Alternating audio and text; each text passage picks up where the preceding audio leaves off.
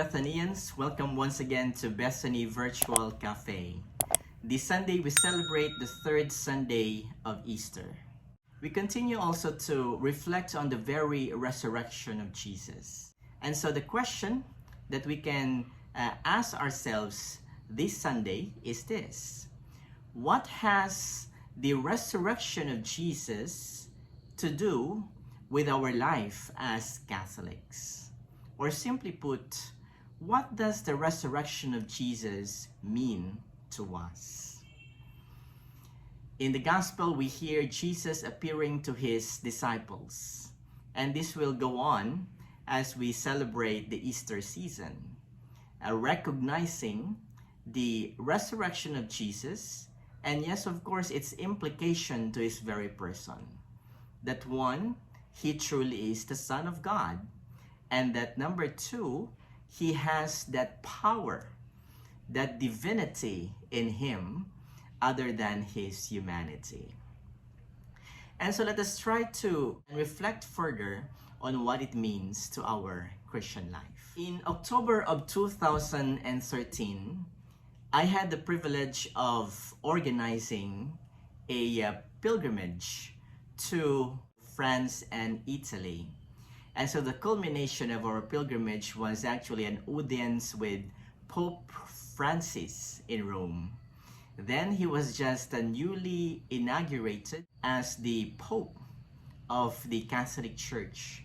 And so imagine the excitement we had going to Rome at that moment. When we went there in an audience, there were about 1.2 million pilgrims who was trying their best to see him in person. And so it was such a glorious moment seeing Pope Francis for the first time. And so I was so curious because I've been hearing a lot of stories about him and his person and his seemingly unorthodox ways in leading and guiding the Catholic Church. And so his reputation at that point pretty much preceded him. In an interview, there was this article entitled "The Exclusive Interview with Pope Francis, A Big Heart Open to God." He was asked about how he would lead the Catholic Church after Pope Benedict XVI. And so he replied by saying that the Church sometimes has locked itself up in small things, in small-minded rules. The most important thing is the first proclamation: Jesus Christ has saved you. And that is the main message of Easter. Jesus has saved us. And so we have to recognize that right from the very beginning, he has loved us, he has cherished us, and he has redeemed us. And that alone is such a wonderful reassurance for all of us, because knowing that we have been saved is itself an assurance and a message of hope that in the end, after this life, we are going to earn for ourselves treasures in heaven. And so together with that, moving forward, he said, and the ministers of the church must be ministers of mercy above all. Last Sunday, we just celebrated Divine Mercy Sunday. And we all know how that mercy of Jesus is so much tender in its nature that he has called all of us to experience it in a special way and be very able to proclaim this mercy to all, that it is available to all, and that God will always be ready to welcome us in his embrace whenever we fall short of our commitment. And so he sees the church as a field hospital. Such a wonderful image. A field hospital after a battle, whereby there is healing, whereby there is reassurance of love, care, and attendance. God is there to heal. God is there to be present in order to express his love to heal us. At the end of it all, may peace reign after war. And so let me expound on this Sunday. So first and foremost, we have to recognize that we are people of the resurrection. During the Triduum, we have experienced in a special way the Paschal mystery of Jesus, his passion, his death, and resurrection. So what it tells us as we celebrate the Easter season is that we could not and we should not be stuck in the passion and death. And so we have to rise up from where we have fallen. We have to rise up from our sinfulness. We have to bury in the tomb our practices of sinfulness as well as our vices. We have to rise up just like Jesus Christ and in our own way resurrect, rise up from those bad habits. And how should we do that? We can do that simply by recognizing Jesus manifested his resurrection in the sacraments of the Holy Eucharist. Because what is the Holy Eucharist? It is no other than, for always, the celebration of the resurrection of Jesus, to remind us that Jesus rose victorious from the dead. And so the entire celebration of the Eucharist is a celebration of thanksgiving, recognizing that in the end, after our own suffering and death, is the hope of the resurrection. Sacrosanctum Concilium Vatican II document in paragraph number 7 clearly puts it: Christ is present not only in the ministers celebrating the Mass, but in the sacred species of bread and wine, the body and blood of Christ. He is also present in the word being proclaimed and in the community who sings and prays together. And so by recognizing his presence in the Eucharist, we are lifted up, just like Jesus, rising from the dead, from our human nature to an experience with the divine. So always make the most of that wonderful experience each time we come to celebrate the Eucharist. Because the celebration of the Eucharist is the celebration of the resurrection of Jesus. The celebration of the Eucharist is our own experience of that resurrection of Jesus, the divine and glorious moment. Because by receiving him, body, blood, soul, and divinity, we are given that special privilege and grace to overcome also our own suffering and death. The Reverend George Alexander tells a profoundly moving story about a woman he met when he was beginning his clinical pastoral education, or CPE, just like what we took a few months ago.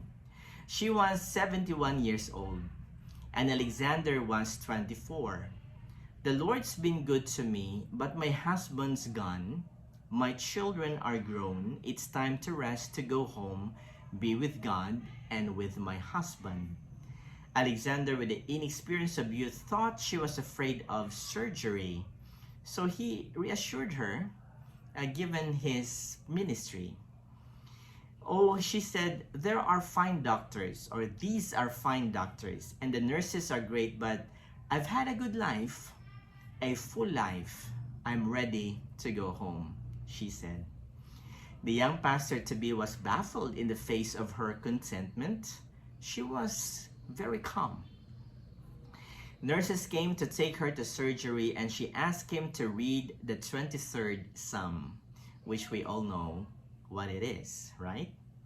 He read it, she shouted it, and the nurses joined in what became, says Alexander, an unforgettable moment of joy. So he later went to see her, but the nurses met him, told him before this elderly woman of faith could be put to sleep, she went to sleep. She went to be with God. So here is how George Alexander sums up his experience. He said, I'd listened critically with ears and mind, but my heart knew. I named the voice of God fear, accepted the joy in her life, and denied her enthusiasm about death. I stood next to eternity and couldn't accept it. Stood next to eternity.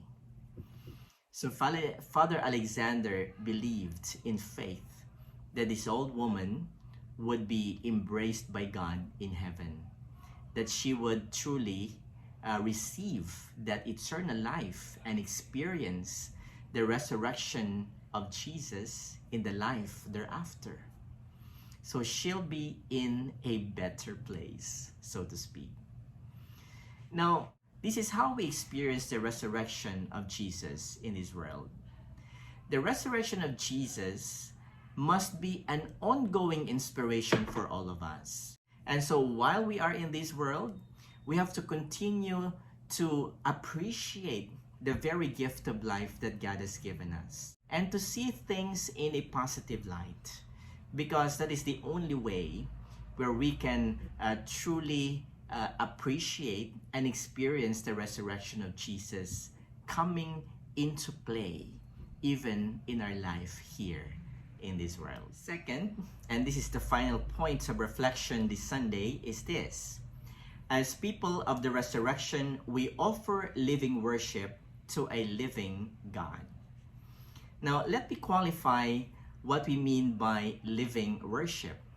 When we speak about living worship, we speak about something that we call or refer to as active participation. Because when we come to Mass, it is not just attendance, it is a celebration. And so when you come to Mass, you bring yourself to Jesus on the altar. And so when we do so, we do not only go there mumbling words, or maybe just simply sitting down or standing up, kneeling down whenever we're called to do so by the commentator.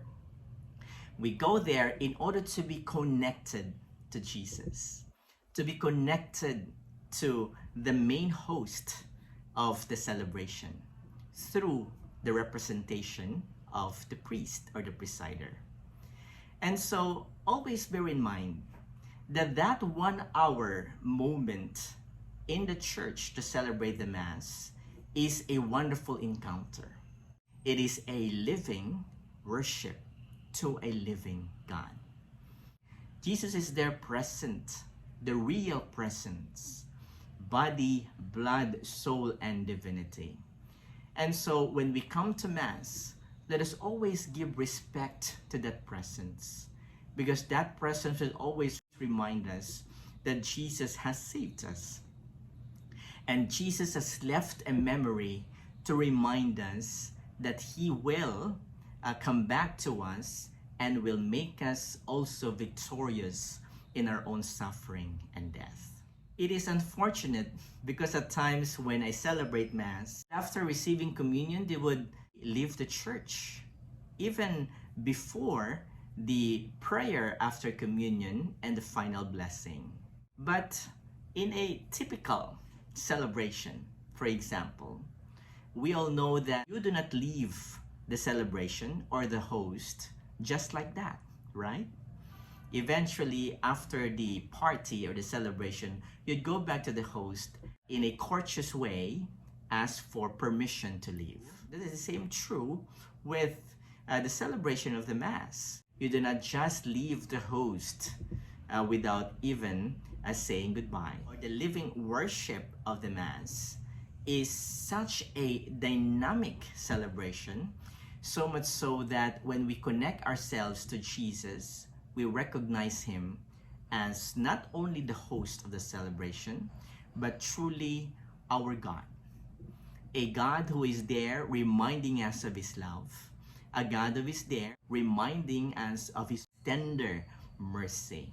And so we come to Mass proactively. We celebrate that Mass with such vigor, with such life and acknowledgement of His presence. Now hear this story. Anthony de Mello SJ tells the story of a Muslim holy man who had just finished preaching. A heckler or a cynic from the audience shouted, "Instead of spouting spiritual theories, why don't you show us something practical?" Somewhat surprised, the holy man asked, "What kind of practical thing do you want me to show you?"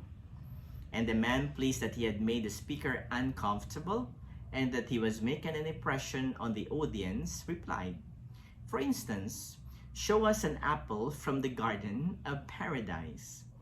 Immediately the holy man bent down and picked up an apple from his shoulder bag and handed it to his questioner. "But this apple is bad on one side," said the man. "Surely a heavenly apple would be perfect." "True," said the mullah, "but given your present faculties, this is as clear to a heavenly apple as you will ever get."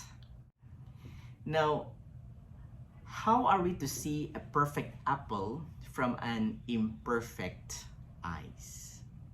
Do you think that's possible? Of course, at times the skeptics, they always want to see and also to hear what they want to see and what they want to hear. And so whatever you tell them, they would not be satisfied. But this response is truly intelligent response. Now in the gospel today, we hear Saint Peter being asked by Jesus 3 times if he truly loves Jesus. It's just like making up to the 3 denials of Saint Peter at the time of his passion. And for 3 times he also said, "Yes, Lord, I love you." But of course, on the 3rd time, he felt sorry for himself because the Savior has asked him 3 times. The 3rd Sunday of Easter is a reminder to make us remember of how much God has loved us, to make us remember and truly put to heart that Jesus has risen from the dead. And if Jesus has risen from the dead, then we also have the capacity to rise up from our sinfulness, from our vices, and also evil inclinations. He reminds us that in the end, we could also become victorious by His help, by His mercy, by His love. And so Bethanians, this Sunday, let us remember this. Let us remember that we are people of the resurrection, that at the end of our journey is our own resurrection, our life with God in heaven. And to also celebrate the Eucharist especially as a living worship of the living God. God is always there, just like when He presented Himself to His disciples and apostles to tell them that I have risen from the dead and that now you have life, and so live that life to the fullest. There is hope, there is resurrection, there is life. The Holy Father, towards the end of his interview, when asked about prayer, he answered the question in a very honest and profound manner by saying, "And I asked myself, going beyond his passion and death, what have I done for Christ? What am I doing for Christ? What should I do for Christ?" It is the memory. When He asks us to recall the gifts we have received, it is this memory that makes me His son and that makes me a father too. So this Sunday, let us ask ourselves the same questions that the Pope has asked in answer to the question in prayer. What is our response? Well, it is not a trick question. It is a question that every Catholic or Christian must be able to answer. Do you love Jesus? Then, just like what Jesus said to Saint Peter, feed my sheep. God bless us all, Bethanians. What beautiful image can we use this Sunday to describe our reflection? It is no other than the image that Pope Francis presented as an answer in his interview. the image of the field hospital after a battle. I think that the world today needs healing. The world today experiences, even during the pandemic, the experience of war. And though this may be a war between two different countries, Ukraine and Russia, we are deeply affected by it in one way or the other. And so the image of the field hospital after a battle must be an image that we have to put to our hearts at this point, and to pray for peace, not only in Ukraine and Russia, but to pray for peace all over the world. Let us ask the Lord to heal us. Let us ask the Lord to be with us. Let Him be our anchor. Let Him be our refuge for hope.